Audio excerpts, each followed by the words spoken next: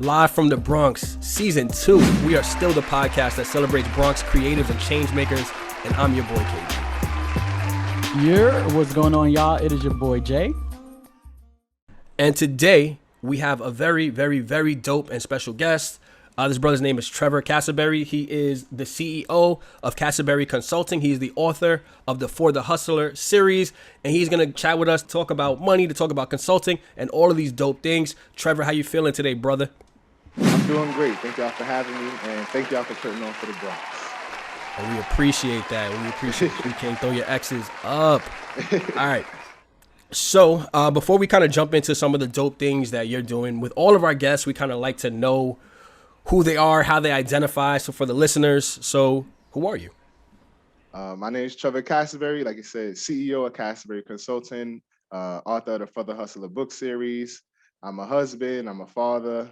I'm 29, and I like helping everybody I know in any way possible, and that's kind of how I got to where I am now.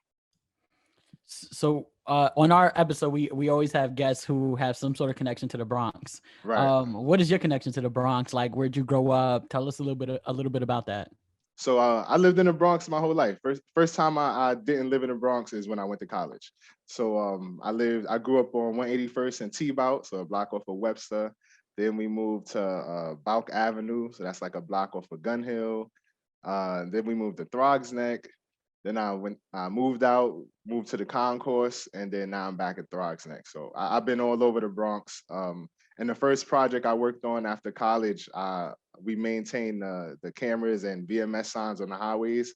So I literally drove and walked through every crevice of the Bronx.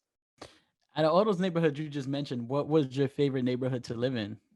I'm gonna have to say Bouck Avenue because I love Jamaican food, so it was a treat. And where we lived at, it was a spot called Tasty Hut, but they changed the name to Vibes Kitchen and Grill, and they used to grill the jerk chicken outside. So when I got off the train, just walking to my house, you could already smell the jerk chicken as soon as you get off the train. Hold on, what street is that joint on? It's on Gun Hill, and is that the one with the yellow awning when you see the barrel outside? I know exactly what you're talking about. Yes. Yes. Yo, Jay could tell you I don't play when it comes to my food. I know exactly what you're talking about. I remember when we moved over there, because my mom never used to go in there. One day I just walked in to see what their prices was like, and they was kind of high, but the lady was like, "Don't worry, like we have a lunch special from like 12 to 2."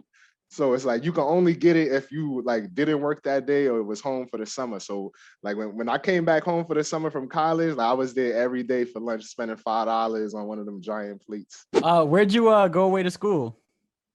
First I went to St. Michael's College in Vermont, because that was like, I was in the performing arts program in high school, and the guy who ran it, tried to get everybody to go to liberal arts colleges. And then after 3 years, I transferred because the engineering program, it just wasn't as fluid as it was supposed to be. It was supposed to be where I did 3 years there, and then the last 2 years at University of Vermont. And when it was time to transfer over, University of Vermont basically said, yeah, we have more applicants for the engineering program than we expected, and more transfer students. So because of the increased competition, you've been waitlisted. So I'm just like, I've been taking classes here essentially for 3 years, along with St. Michael's College. But they were like, you can always go back to St. Mike's, retake some of the classes that you to try and raise your GPA. And I never even failed the class. I'm not about to just retake a bunch of classes I passed. So that same summer, I transferred to University of Akron, because they told me in July. So is this Ohio? Yeah, Akron, Ohio, LeBron James town. Yeah. And I transferred out there because it was already July when I found out. So all the CUNY and SUNY schools were closed for applications. So University of Akron is where I graduated from. I enjoyed my time at both places, but when I went to Akron, it was definitely much more just, I'm here to get this done and get out of here. Hold on. So I know you were saying you went to what performing arts school did you go to? High school? I went to A. Philip Randolph. It wasn't a performing arts school, but it had a program. So I was captain of the step team. Got you. Okay. Yeah, So you went from there to Vermont, which is yeah. very different than the Bronx, right? So what was that experience like? You know, I know a lot of people when go to Vermont, they think of Vermont, they think of skiing, they think of like Right, right. outdoor activities and stuff like that. Maple We don't syrup. facts. We don't have that in the Bronx. Right, right. So You think of white how? people. Yeah, a Hmm. whole lot. What was that transition like for you? So my mom, when I was younger, from like age 7 to like 13, every summer she would send me to summer camp. So I wasn't, her main thing was if I was in the Bronx, I'd find a way to get in trouble. Or, trouble could just find me because the area we was in. So she always sent me to sleepaway camp, like upstate or, somewhere in the woods somewhere where you just gotta, be with white people. Cause most of the kids there was white unless they had like a program to bring in the black kids. So it's like, it'd be like 60% white kids in the camp, and then all the other kids be directly from, the Bronx or New Jersey or Harlem or something like that. So I literally I already knew what to expect, like, because I had already spent, 7 summers sleeping in the cabin with white kids and having white counselors and stuff. So it wasn't really a culture shock for me. I was really able to help other people that was dealing with the culture shock. Even they had a program beforehand for like the minority students to come early and meet each other and all of that. But I didn't want to pay the money because I was broke. Like that $300 train ride was a lot for me. And so I was like, I'm gonna just show up day one. I was like, all the dudes that play basketball, when they see me play, we'll be friends. And then it's just about, meeting other people. Very cool, very cool. So I want to jump into what it is that you do, right? So for the people listening, so I'm gonna be honest, I had never heard the term logistics consulting before. Right. So for the listeners, what does logistics consulting, what does that mean? What does that consist of? So it's most people when they hear it, if they heard the term before, it's related to like trucking or like transporting of goods. Let's say like if you got fresh goods coming from California, but you selling them in Florida, how do you get them there in time before they expire and stuff. Um, so it's all about finding flaws or ways to optimize a company's supply chain and their daily operations so they run more efficiently. And the main thing is, one, if they have a current problem, obviously they come into you to fix that problem, but you really like make your money by identifying future problems that they don't see and helping them avoid those. So for instance, like my wife, she's a publishing consultant. I helped her start her business because she got fired while she was pregnant years ago. And at some point it got to the point she was able to bring in clients and make money, but it got to the point she got like 5 clients and she couldn't take all the consultations and do all the editing and stuff. So I had to sit down with her, like my regular clients, break down everything and show, okay, all right, in order to expand, you're going to need 2 proofreaders, 3 editors, at least one other person that can do the consultations for you, where we essentially build out the business like she wasn't there. And then she's able to plug in wherever she needs to be at any given time. So that's how it is for like a small business. For larger businesses, it's different things. Some stores like storefronts right now are having trouble getting new foot traffic into their stores. So I find different ways to help them, generate the traffic, whether that's referring them to a ad consultant or a marketing consultant, or maybe linking them with an influencer of some sort that may be a client of mine. Or so you definitely need a large network of other people that would be useful to your clients. But the whole idea is to help them avoid inefficiency, because most businesses need to be flowing every day. So that's actually really interesting. So if I'm a business, or if I'm a business owner, right?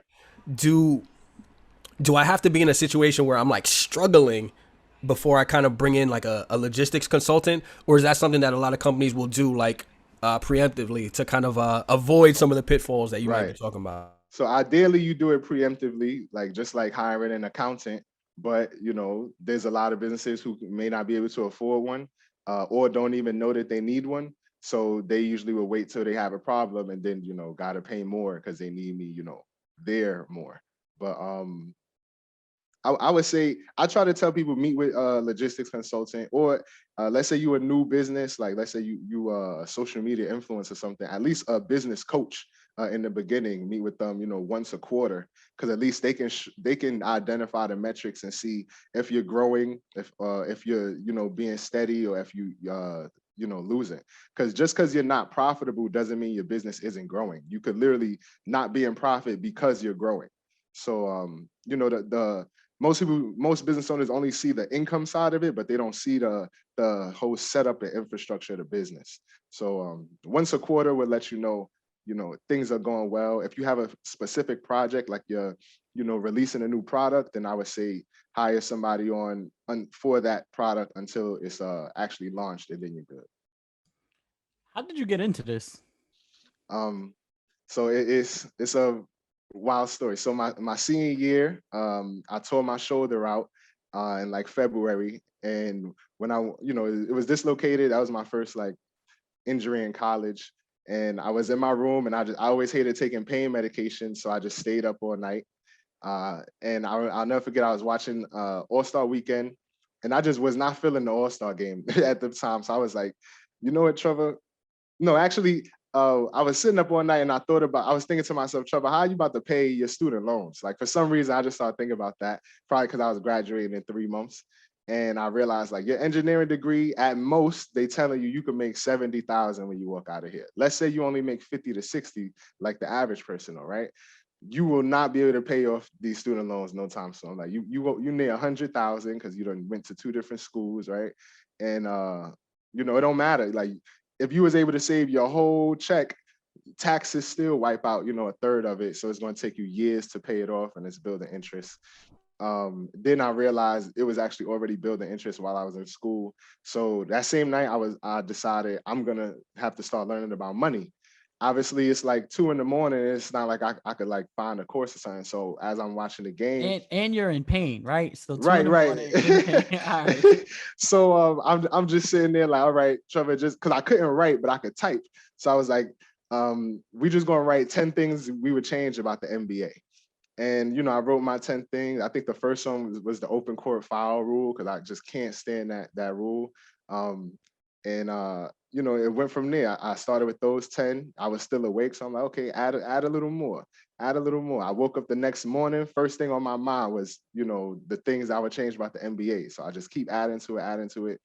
Every day, I'm going to class, can't write again, so I'm just sitting there watching the professor talk, thinking about this basketball league. I go back, write it. Eventually it becomes a full-blown business plan to start a pro basketball league in the Bronx with like 6 teams or 8 teams and all this other stuff. I had, and it got to the point at one time, I'm like, okay, Trevor, this is cool, but you don't have the money to actually do this. So like, what's the point? And I don't know what it was. Some thought came in my head like, but imagine you won the lottery. Then it's like, or imagine you just knew somebody who had a lot of money. Imagine you met somebody else who won the lottery. Then it's like, you in New York, imagine you bumped into Carmelo Anthony at an event, I mean, in Dykeman or something, and you just tell him about what you got going, right? You got the book in your hand, just like you talking to your friends, and he overhear you like, let me see that. And he said he want to invest. Now what? Now you got to really be able to explain it to him. So that put me on a whole new journey of, okay, I had to write out the NBA, all the different ways that I could see that they make money. So advertising, ticket sales, jersey sales, food sales, everything. Even, basketballs, because they got the NBA logo on the basketballs.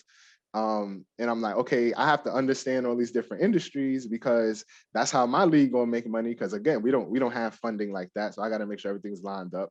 And in that, it kind of forced me to learn all of these different industries, at least understand the process of it and the logistics of it.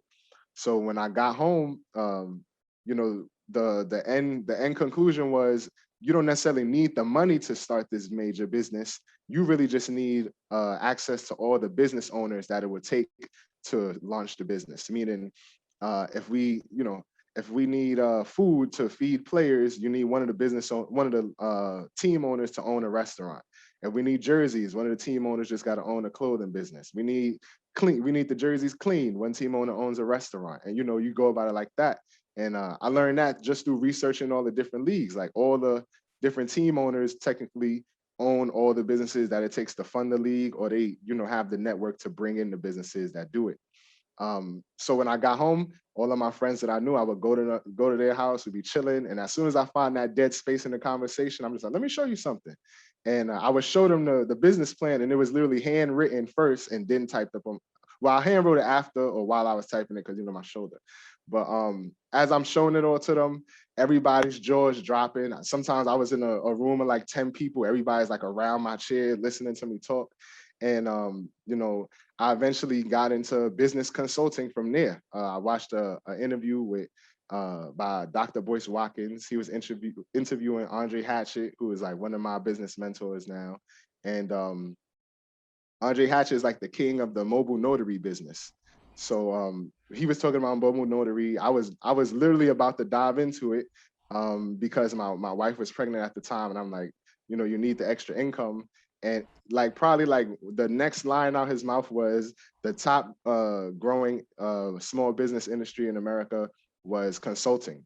So I was like, oh, I could start business consulting tomorrow because I basically already do it from all my friends saying which businesses on that list they want to own. So from there, the same night I started the Instagram, I bought the domain name. Within a month, I bought the LLC, and I was off to the races because I had already learned, all that backstory of it. So the only other stuff I had to learn was just the process of actually doing it, how long it take, how much things cost, the paperwork. And it went from there to investment consulting with stocks. Then I got into negotiation consulting. And then as I brought it all together, it was hard to actually tell people what I did because I did so many things. So I had to like start looking online, like different types of consulting. And something told me type in logistics consulting because logic is like literally a class you have to take for electrical engineering with like ones and zeros, logic design. And when I looked it up and it talked about finding flaws and supply chain models and daily operations, I'm like, that's literally exactly what I do. Whether it's for people's investments accounts, I break down the logic behind that. For people's businesses, I break down the logic. And then for people's negotiation, I broke down the logic. Can we pause for a quick second? Yeah. You're saying a lot, right? Right. And this is you have a really interesting story. So Right. you went to school to study engineering. Yes. You love basketball. Yes. It sounds like you found a passion for consulting, but different types of consulting, right? And how'd you get into like the stocks? How'd you get into there was something else you mentioned. It was stocks consulting. Negotiation. Like what is negotiation consulting, right? Like break these things down and tell us how you got into that too. I got you. So with the stocks, it was me and my wife. I graduated in May of 2016. Me and my wife moved in together in March of 2017. So, basically right after I graduated and got a job, we were saving up to move out. I decided like, let's put the money in like a high yield savings account because like you never know if something comes up, at least the money's growing a little faster in the account. And, the money piled up faster than we expected. Just from us being able to save and do extra jobs, side jobs. And I'll never forget, after we moved out, it was $1,100 left in that savings account. And I was like, let's just leave it in for a year and see what happens. A year later, I go back and it only made $3 profit. And that's when I was like, I'm never using a savings account again because that's a high yield savings account. That's a high yield savings account. Like that one is, if I would have put that same amount of money in Chase or Bank of America, I would have made $1 profit in a year. So after that, I was like, okay, that's it. Like, so in that same time, while that money was sitting in the savings account, that following year, 2017, we took our tax returns and started buying stocks because when I was in college doing all that business research, eventually I realized you have to learn about stocks because some of the league owners were like hedge fund investors and stuff like that. So by the time I graduated, I already had a list of the first 20 stocks I was going to buy. I was just broke and couldn't afford them for a long time. What was that list? Tell us the list. The whole list, I don't remember, but I know I had Nike on there. I know I had Square on there because I was literally using the Square app in college. Yeah. I had Navient on there because I owed them school loans. I had what's actually interesting? I never even thought to own Navient. You know what? I'm gonna it's a bad investment because guess what? Nobody is paying back their school loans. Especially not during the pandemic. So you are absolutely right. Even in 2017, people wasn't paying it. So did I realize, oh man, I can't pay all my school loans. Nobody is able to pay their school loans. No wonder we losing money. So me and my friend, we pulled our money out of Navi and put it into something else. But basically I tried to think of all the stuff I used and how I could invest in them. So, we have Verizon on there. What else? And also like the dope thing about it, right? Even thinking about you coming out of college and thinking about like, what are the things that I use most often, right? So, right. or the brands that I buy from, or I like, Exactly. Right? And so the other thing to note though, too, right out of college, a lot of those stocks you just mentioned, or those brands, right, that you're buying stock from, offer dividends, right? So like you're also earning a little bit of money back as you're buying stock too. So I'm like trying to take a journey, right, and go back to your beginnings with you, and I'm like slowly trying to see how is he putting all of this stuff together, right, in like doing it in a way in which you're enjoying all of those things too, right? Like these aren't just regular boring things, right? Maybe for some people, but for you, you're like, I enjoy this, I like this, I'm interested in business, I want to know how money works, I want to know how investment works, like how do I start to apply this to my life? And so learning about the beginnings of it makes a lot of sense. And I know we're going to continue talking about this, but I just wanted to stop and like, pull this out and emphasize it. Nah, it's a good part of the story. But my main thing was, once I saw there was like so many thousands of companies on the market, I'm like, I'm not about to look up 1,000 companies. I'm gonna just all the brand. I'd say I'm gonna write down 20 companies that I know of that's on the stock market. So I'm like, okay, how the hell do I find out if they're on the stock market? It was just Google them and literally just Nike stock. And at the time, Google, like right now, if you type in Nike stock, it'll show you the ticker and the chart and all of that. In 2016, it didn't. So it would like forward me to the Nike tickers on different investment platforms. So I found one named Motif. It doesn't exist any longer. They got bought out last year, but it was literally made for millennials, and it was called theme-based investing. So in poetry, a motif is just a theme. So literally you could type in airplane and it would give you a whole list of all the stocks that were in the airline industry. So that's how I started finding out about a lot of smaller companies. And my other thing was, if a company just costs too much, instead of saving up and trying to buy it, I'd try to find a company that was related to it that would make money from it. So it's like, let me think. Let's say if at the time, I remember Nike had just won the sponsorship deal for the NFL. So their stock price went up. And then the news came out that the Adidas contract didn't get renewed. And in that moment, I knew Nike's gonna win it because they just won the NFL. So that's what made me type in Nike. But it was like, even at the time, I could afford Nike. But even if I couldn't afford Nike, I could have went and got Spalding or something like that, or any other thing that would have been related to that league. Because it's like, as Nike is putting more money into the NBA, that money is going to be redistributed into all those other avenues. So that's how I kind of use my logic for investing. And then for negotiation, I had a client who was a security guard in the Bronx, and she was trying to get more pay, and her job just kept pushing it off. So I told her, like, what's your plan? She said she wants to get her firearm license so she could get like an extra $5 an hour. I told her I used to be a lifeguard. I had to take a PE class at Akron, so I took lifeguarding because I knew how to swim already from summer camp, and I knew if I passed, I could get a job making more money as a lifeguard. So when I was a lifeguard, I realized the people who made the most money weren't the lifeguards; it was the lifeguard instructors, because they technically can create lifeguards. So I was like, see if you could get into security guard instruction and just see what they pay. She looks it up right there on her phone. They paid double what she was making. So she found one of the like 2 or 3 security guard instruction schools in the Bronx, went there. It just so happened to be owned by a Black guy. I'm gonna have to reach out to her and figure out where it is or what's the name. I have no idea. But she said the guy pulled her to the side with 2 other people, because she said it was only 3 of them in the room that were under the age of 50. And those 3 people were like in their early 20s, late 20s. And the guy pretty much told them, like, I don't know how y'all guys got here or found this, but please make sure y'all stay on this path, because y'all like 20 years ahead of the rest of the industry, being instructors so young. And basically, I told us to start the LLC, get the instructor license, and then you could go back and try to negotiate with your job. She gets the LLC and the instructor license. The same day, she tells one of her coworkers. The word gets around to one of the bosses. By the time it's time for her to leave, they call her in the office and try to give her a raise and more hours. And they're like, yeah, we want half of your time to be spent instructing and half as a security guard. And like they tried to give her like a $10 hour raise, even though technically she could have got like a $17 hour raise just going somewhere else. But at that moment, she knew, oh no, Trevor knows what you're talking about. Like I can like build leverage doing these different things and go in there. And now the ball's in my court. I could say I want this or I'm leaving, and now they got to give it to me. So when I had that client, that's when I was like, oh no, Trevor, you know what you're talking about. This isn't just a fluke.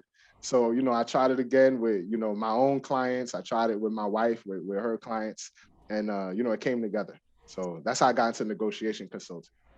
Yeah, your story is super fascinating. I enjoy talking to you just because of the way your mind works. Right. So I want to kind of dig a little into that. You seem to be able to kind of see connections in things and to see the alignment in things.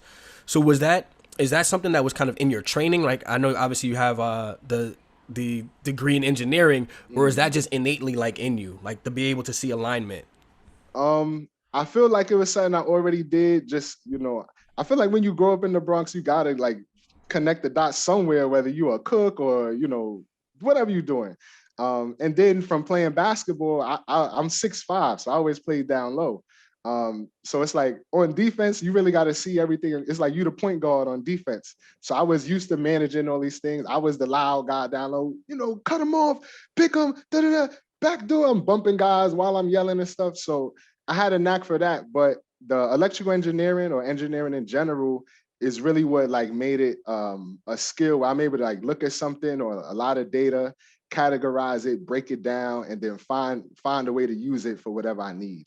And in training, doing that for so many different things, it's like a regular thing for me. Like I could look at a file cabinet and be like, we could reorganize that in a different way before we even touch it. And that I think that comes from my logic background and also in my design background, because I got a lot of experience in AutoCAD. So somebody may say, we need a whatever facility, whatever size that has certain things in it, but you got to make sure it's going to work for whatever area they make it in. A client can say what they want, but if the circumstances don't fit, you got to give them as close to that as possible. So that's kind of where the connecting the dots thing falls in. I want to, in the spirit of alignment, right? And kind of what you're able to do, what it sounds like is zoom all the way out and try to understand what is the story that's being told here, right? Like, right. What is it that we're trying to accomplish and how do we make it work? And I think that's a beautiful skill. And that's kind of how I try to operate too, as a macro social worker, right? It's like a lot of people think of social work as clinical one-on-one work, which a lot of it is, or family therapy or all these different things. And for me, I like to do the same thing, zoom out. So someone's like, let's develop this program, let's do this project. I step back and I'm like, okay, well, why are we doing this? What is the goal? How much money do we have? Right? Like those are the three things that always come to my mind. And then I try to figure out like, all right, like, how does this make sense? I try to align everything, see what the research says. Like literally it's like a puzzle that you're trying to put together. And the dope thing I want to call out though about what you were saying, particularly around like basketball or like when you were talking about stocks, and it's understanding. You don't need to fully understand how like all of these things work, right? But what's dope is that like a lot of us see the players on the court. A lot of us see like the people doing the work, carrying the work, but never the people behind the scenes. Right. So like you'll hear somebody say, yo, I want to go into this industry. I want to be that person like doing the work, not knowing that the owner of that business or whatever's going on is the one making a lot of money, right? Or is also making a lot of money, right? Like what are the different positions that, so everything from even saying like, if I can't afford Nike, I could buy Spalding, right? Like if I can't be the basketball player, I could be the coach. I could be the owner. I could be in advertising. I could be like, what are the different roles or positions that are still related to this big picture that I can be involved with that still aligns with my passion? And I'm hearing your ability to naturally do that almost in like all aspects. Sorry, let me, I'm gonna repeat this. Yeah.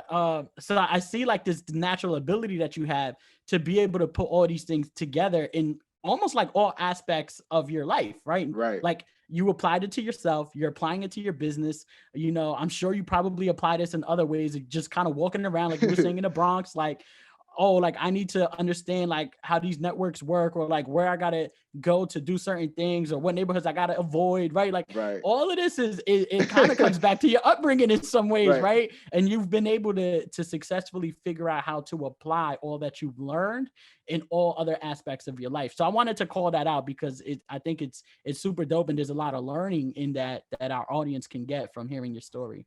Right. And to piggyback on that, one line I used to always say to people when I was showing them the basketball plan was, basketball is much bigger than the NBA. So, you know, a lot of people just think, oh, basketball, like I'm not no coach or no players. Like you like sneakers? All right, you can make basketball sneakers. You like socks?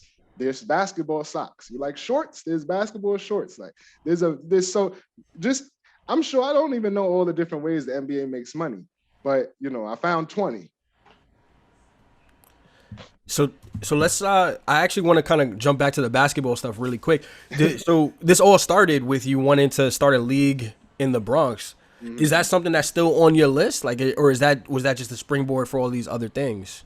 If you would ask me like these first 2 years out of college, I'd have been telling you that's my ultimate goal. But you know, after a while, it just became what I realized was, if that was the end goal, I was likely going to have to start a multiple or own multiple smaller businesses that help fund it and create it. Right now, after, you know, COVID and all the restrictions and everything, if that came to fruition, I don't know that it would be anytime soon, just because all the moving factors with the, you know, the quarantines and how close people could be. Because like, I really broke that down, like how much space is going to be in the bleachers and stuff. So I literally have to change the whole drawing. Like, so it's possible I could do it one day, but right now it's definitely not on the chalkboard. I mostly because, one, I don't play basketball anymore. I haven't shot in the basketball in 3 years, and you know, I found other ways to kind of impact our community now, as opposed to waiting until then. It's like, yeah, I could create jobs with a league and all that stuff, but like I can create jobs now doing government contracting work, or, you know, helping people start small businesses and things of that nature. You know, because now I'm putting my clients in a position where they can hire. So Cool. All right. So outside of the consulting specifically, you're also an author. yes. So how did you start writing books? What is the Hustler series about? To kind of take us through some of that. Okay, so the For the Hustler series really started as I started getting more clients. You know, I couldn't take them all in at the same time, and one of the people I was watching pretty much Which said, is a beautiful thing, that you couldn't take in all the clients at the same time. Right, That means right. you was moving.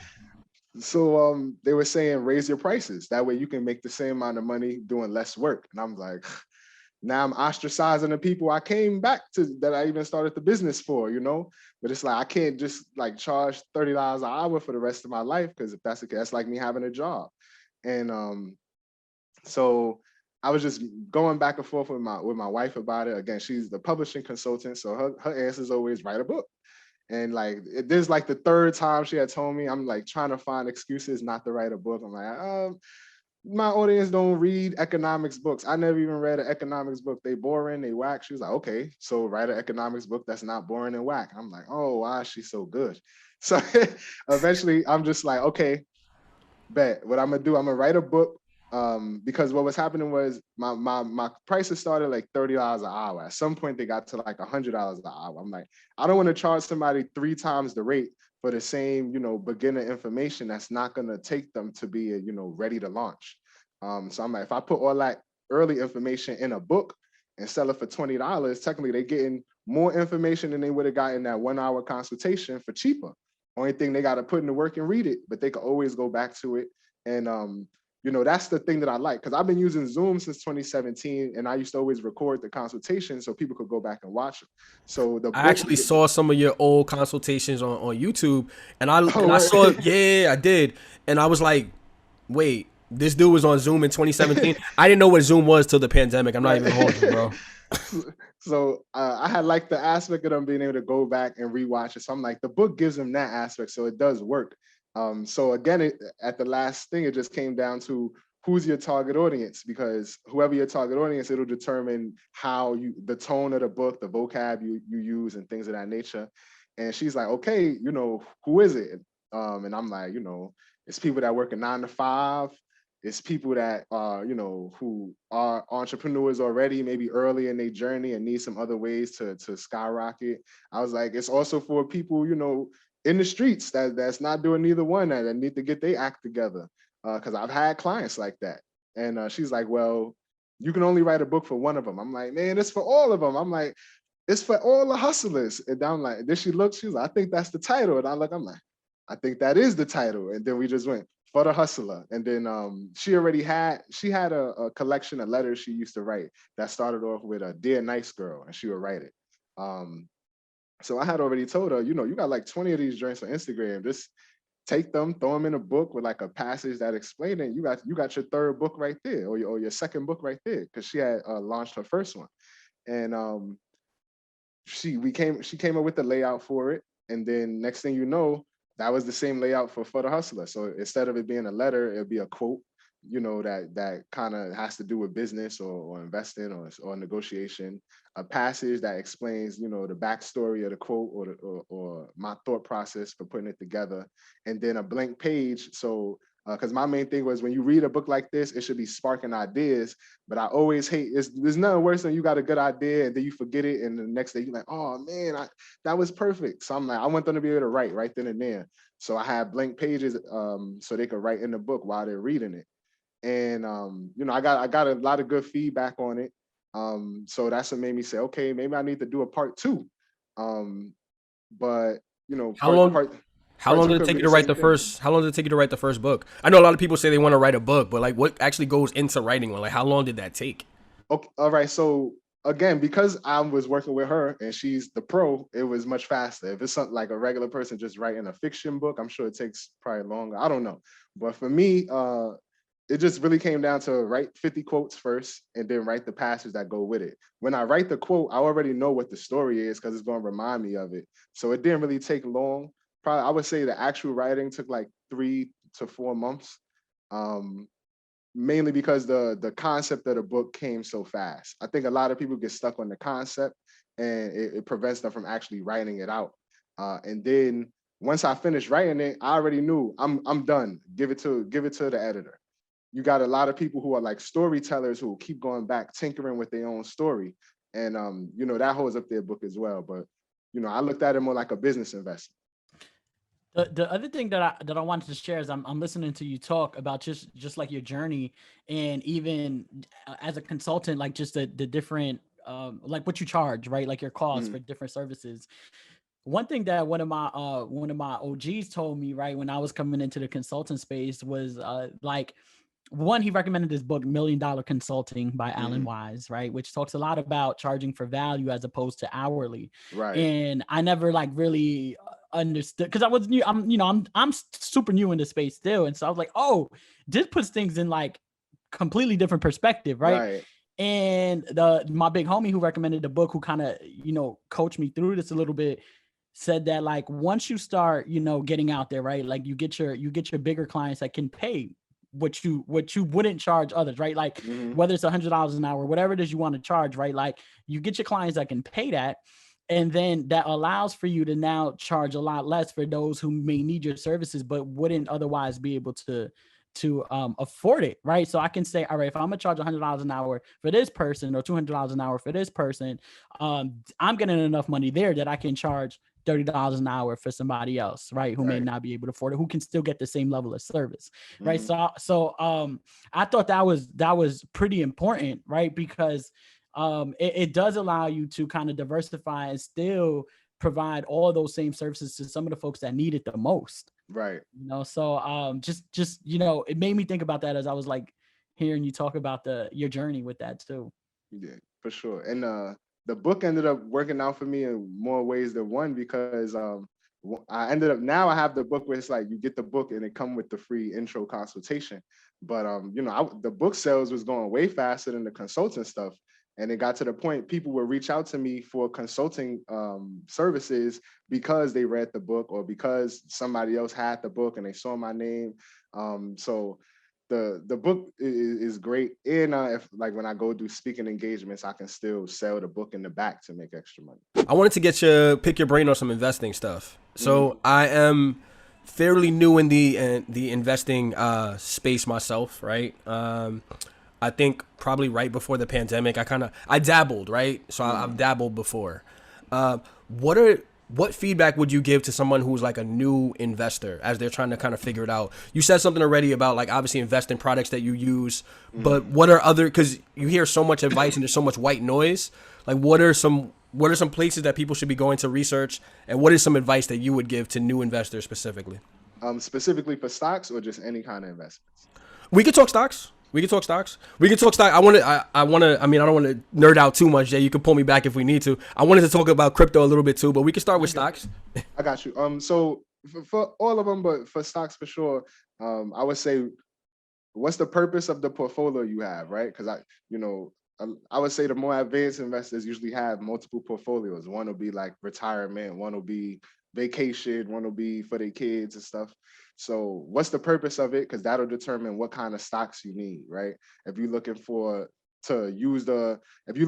build capital to use in 20 years, then buy dividend stocks, right? But if you're looking for something that, it's for vacation next year, buy those heavy growth stocks that may cost more, but they growing much faster, like the Louis Vuitton kind of stocks. Secondly is just, what kind of stocks do you like? Some people not interested in those fast growth stocks because they feel like they'll fall, especially like penny stocks and stuff like that. A lot of people stay away from them, even though there's others who are just saying, they cheap, I can throw in $100, and if it grow in a year, I done triple my money, I'm good. So if you're somebody who's looking to, be more, secure with your investments, then go for like a larger company, a Walmart or something like that. But again, you want to look for stuff that you're gonna at least either remember to research or that you already know, because you'll know what's going good or wrong with the company. Like if you got a Tesla and your car doors was messed up, and all the other people you knew that had Teslas, they car doors and they back seats was stuck and it was getting a bunch of recalls. Maybe you sold your Tesla stocks back in the day when it was, $200, $300 a share. And you would be kicking yourself. Right. But there were a lot of people who did, because like I knew them. So, but they wouldn't even have the inclination to say, I'm gonna sell it now while it's high and buy it later, or. I want to jump in on that too, because you also talk about I forgot where I said it, but you said something about like taking the emotion out of investing. Can you talk a little bit of how can one do that? Because when it's your money and you see that joint like plummeting, it's hard to say, you know what, I'm gonna stay put. Right. So for me, how I started was, remember that bank account that made that $3 on the 1100. I was like, I just want to beat the bank every year.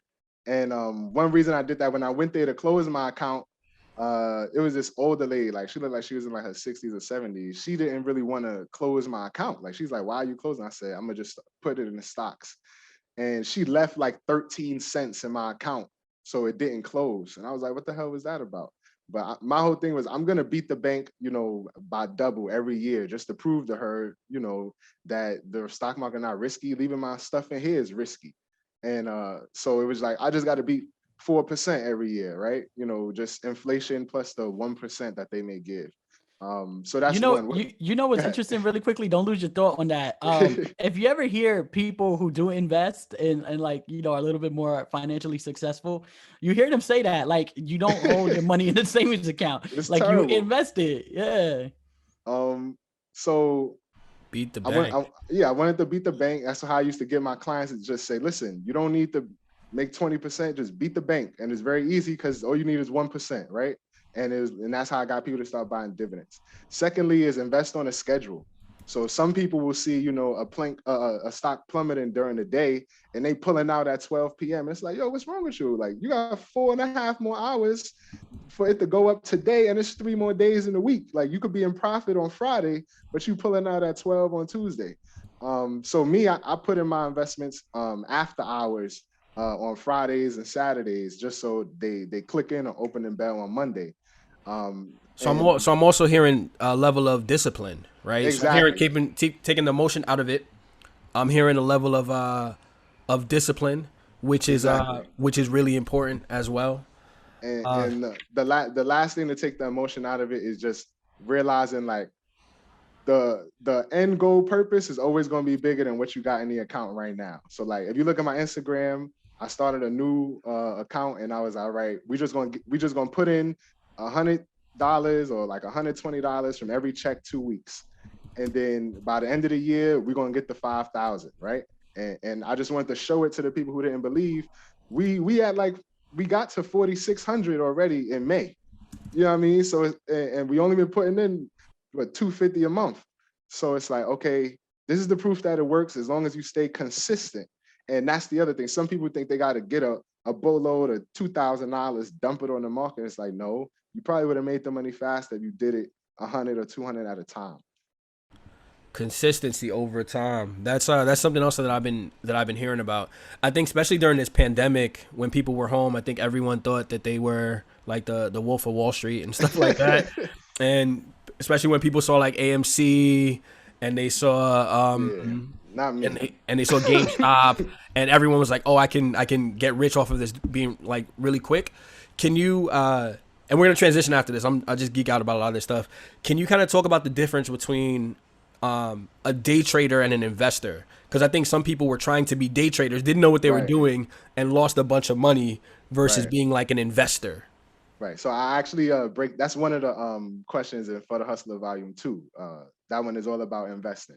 And it's called For the Hustler 2, the investment versus the investor.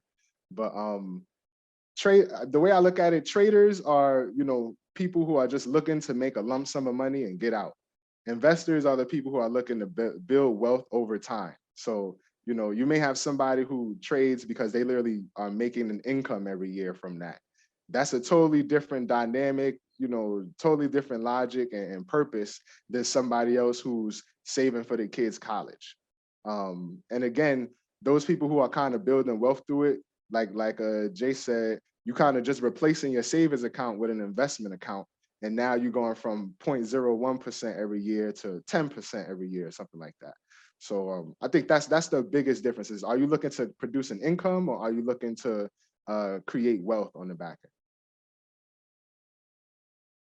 And then my last finance question. Are you gonna send me an invoice? Because I feel like this is a low key like consulting session.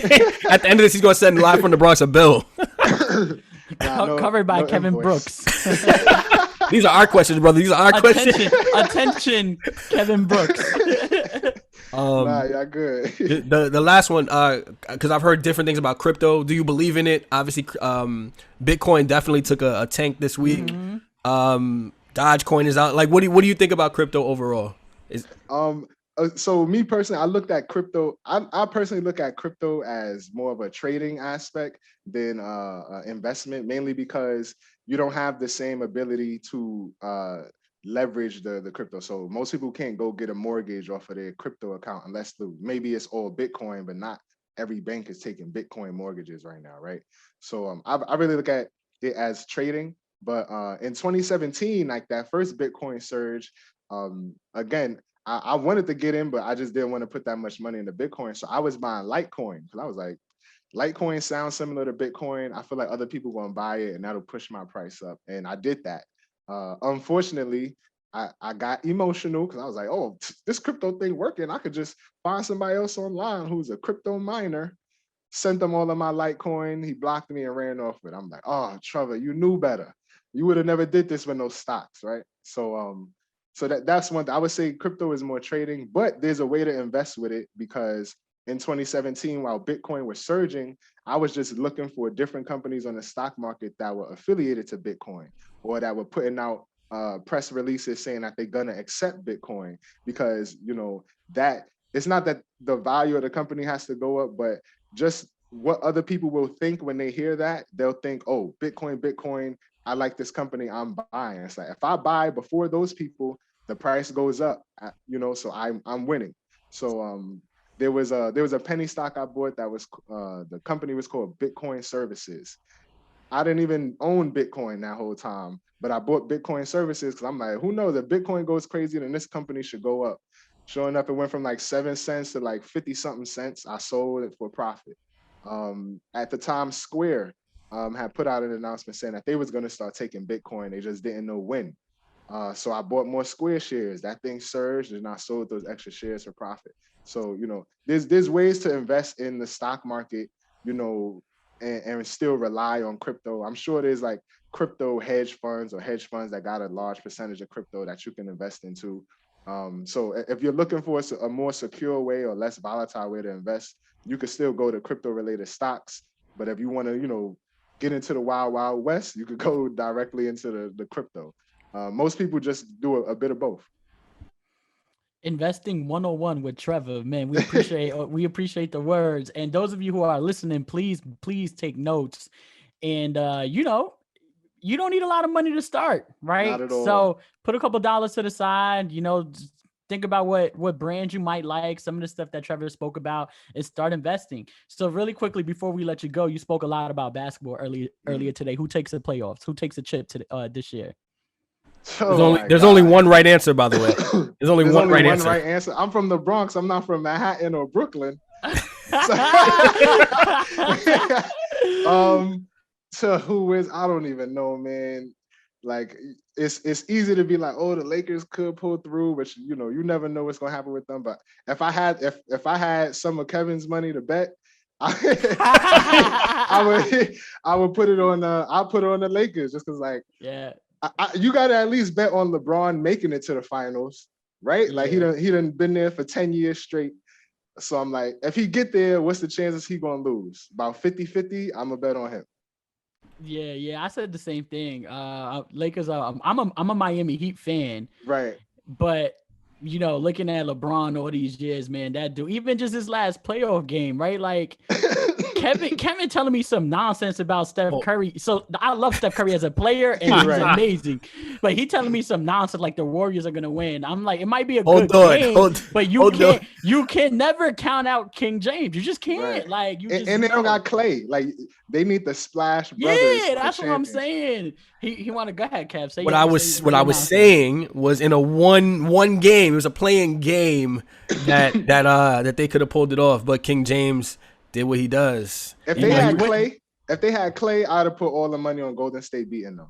Oh yeah, it would have been a different game. It definitely would have been a different game because those young boys were balling too. Yeah, man. So now we're gonna transition to this last segment of the show, right? The last thing that we like to do, we play a fun little game. It's super quick. We call it rapid fire. And what's going to happen is I'm going to ask you 5 questions back to back. After each question, you are going to respond with the first word or words that come to mind, and we're just gonna go straight through. Don't think too hard about it, okay? Bet. Are you ready for this? Yep. All right. Name one CEO that you look up to. One CEO I look up to, Andre Hatchett. What is your favorite brand? Favorite brand, Cassaberry. What is your favorite basketball team? The Harlem Globetrotters. Okay, we'll discuss later. What's your all-time favorite album?